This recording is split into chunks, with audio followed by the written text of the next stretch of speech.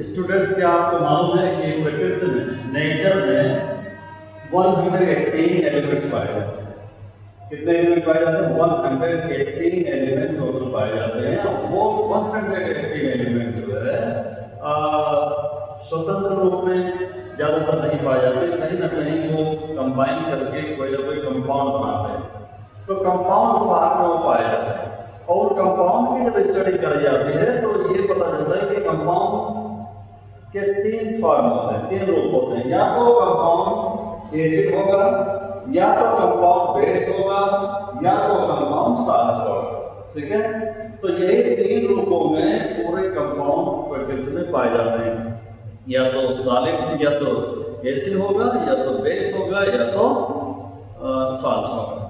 अब हम कैसे समझेंगे कि जो हम खा रहे हैं या जिस चीज को हम यूज कर रहे हैं वो एसिडिक है या बेस है या सॉल्ट है, वो कैसे हम जाने? या 2-3 चीजें आपको दे दी जाए और एक ही जैसा कलर को लिक्विड रूप में आपको दे दिया जाए, तो कैसे पहचानोगे कि ये एसिड है या बेस है या सॉल्ट है? तो इसको समझने के लिए मैं आपको आज जो एसिड, बेस और सॉल्ट के जो इंडिकेटर्स हैं उसके बारे में मैं आपको बताऊंगा। ठीक है, तो सबसे पहला इंडिकेटर आपको कुछ कॉमन इंडिकेटर्स हैं जो मैं बता रहा हूँ। कॉमन इंडिकेटर्स क्या होते हैं? जैसे लिटमस पेपर है। लिटमस पेपर किससे बनता है वो भी आपको मैं बता दूं। ये एक लाइकेन नामक एक प्लांट होता है, लाइकेन। ठीक है, ये लाइकेन जो है पेड़ों पर पाया जाता है। जैसे कोई पेड़ होगा, बड़ा सा ट्रंक होगा, तो इस ट्रंक पे इस तरह से पाए जाते हैं। कभी कभी पत्तियां होती हैं, कभी कभी पत्तियां नहीं होती, कई रूपों में ये पाए जाते हैं। कभी कभी ये जड़ इनकी यहाँ होती है और ये इस तरह से पत्तियों के दूसरा पेड़ जो है उसके ऊपर पाए जाते हैं। लेकिन लाइकेन होती है एक प्रकार का सिम्बायोसिस वाले जो है प्लांट होते हैं। इसका मतलब हो गया कि कुछ चीजें ये इस प्लांट से लेते हैं और कुछ चीजें जो है देते भी हैं इनको, समझ गए? तो अदला बदली करके, एक्सचेंज करके ये जीते हैं, कहने का मतलब वो लाइकेन होता है। तो लाइकेन से लिटमस बनाया जाता है, इससे एक्सट्रैक्ट निकाल लिया जाता है। और एक्सट्रैक्ट जब निकालते हैं तो वो पर्पल कलर का होता है। किस कलर का होगा? पर्पल कलर का। तो लिटमस किससे बनेगा? लाइकेन से बनेगा। और लाइकेन जो है अक्सर करके पर्पल कलर का होता है। उसका जो एक्सट्रैक्ट, उसका जो रस निकालेंगे तो पर्पल कलर का होगा। और पर्पल कलर का लिटमस है अगर, ठीक है, और उसमें अगर हम एसिड डालेंगे, एसिड कोई भी चीज होगा, एसिड होगा, या हम लिटमस पेपर के संपर्क में उसे लेकर के आएंगे, तो जैसे पर्पल लिटमस पेपर के संपर्क में एसिड आएगा वो रेड बन जाएगा, रेड कलर का लिटमस बन जाएगा। ठीक है, और अगर जो बेस है, जो चीज आप यूज कर रहे हो वो बेस है, क्षारीय जिसको हिंदी में कहते हैं, क्षारीय तत्व है, तो वो क्या होगा? पर्पल लिटमस पेपर ब्लू में चेंज हो जाएगा। या रेड लिटमस पेपर को ले आइए और बेस के संपर्क में ला दीजिए तो वो ग्लो हो जाएगा। ठीक है, तो ये इंडिकेटर है जिससे आप पहचान सकते हो कि फला चीज एसिड है या बेस है। मैं आपको एक टेस्ट दे रहा हूँ, आपके घर में डेली दूध आता है, उसको टेस्ट करके आप देखिएगा। लिटमस पेपर मंगाइए और उसको देख के वो हमको बता दीजिएगा कमेंट में कि दूध एसिडिक है या बेस है। ठीक है, ओके। दूसरा चीज है मिथाइल ऑरेंज टेस्ट भी करते हैं। ठीक है, मिथाइल ऑरेंज टेस्ट, ये मिथाइल ऑरेंज एक केमिकल है, इसको अगर एसिड के संपर्क में लाएंगे, ठीक है, तो ये रेड कलर का होता है। और अगर जो हम मिथाइल ऑरेंज को बेस के संपर्क में लाएंगे तो येलो कलर बन जाएगा। तो इससे हम जान लेते हैं कि ये कौन चीज एसिड है, कौन चीज बेस है। ठीक है, और एक होता है फिनोल्फथालीन टेस्ट कहते हैं इसको। ये कलरलेस होता है, एसिड के संपर्क में जब लाएंगे तो इसका कलर चेंज नहीं होता। ठीक है, कलरलेस होगा। दूसरा, अगर जब हम इसको बेस के संपर्क में लाते हैं तो ये पिंक कलर का हो जाता है। और इसके अतिरिक्त जो है और भी इंडिकेटर्स हैं, वो इंडिकेटर्स हैं all factory indicators. So let me erase it, then I will talk to you regarding this.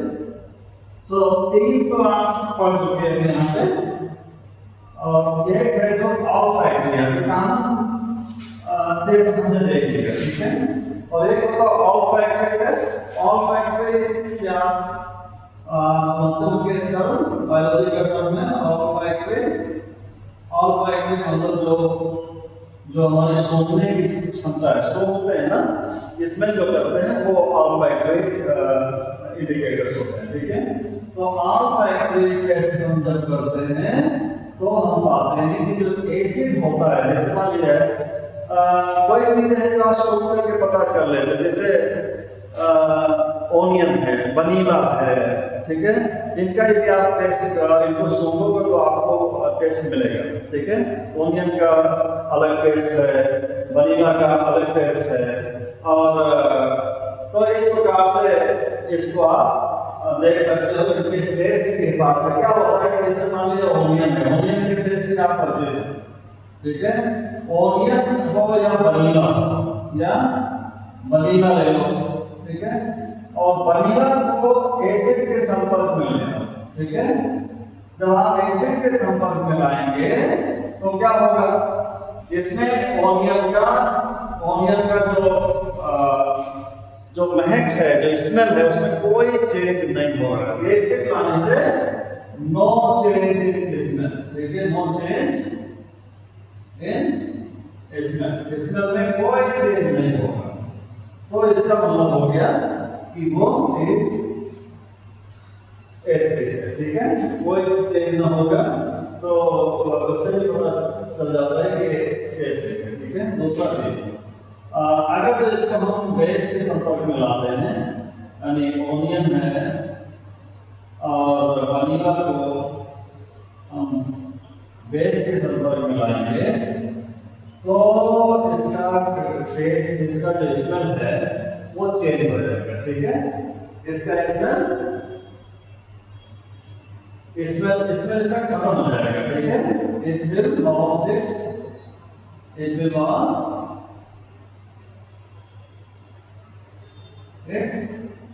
Smell. तो ये अपना स्मेल खो देता है, इसमें कोई आप सूंघोगे तो पता ही नहीं चलेगा।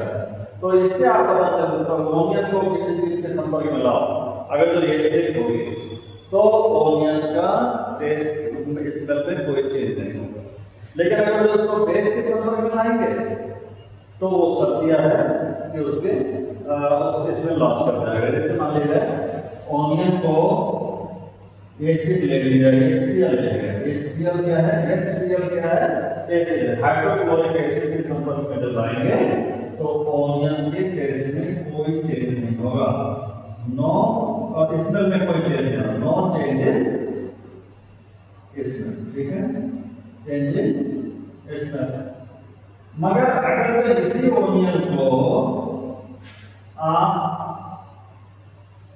सोडियम हाइड्रोक्साइड ले लीजिए, ठीक है, सोडियम हाइड्रोक्साइड जो बेस है, इससे मिला दीजिए, इसको डालेंगे आप तो यहाँ क्या हो जाएगा, स्मेल गायब हो जाएगी। इसका ओनियन की कोई स्मेल नहीं रहेगी, नो स्मेल, ठीक है।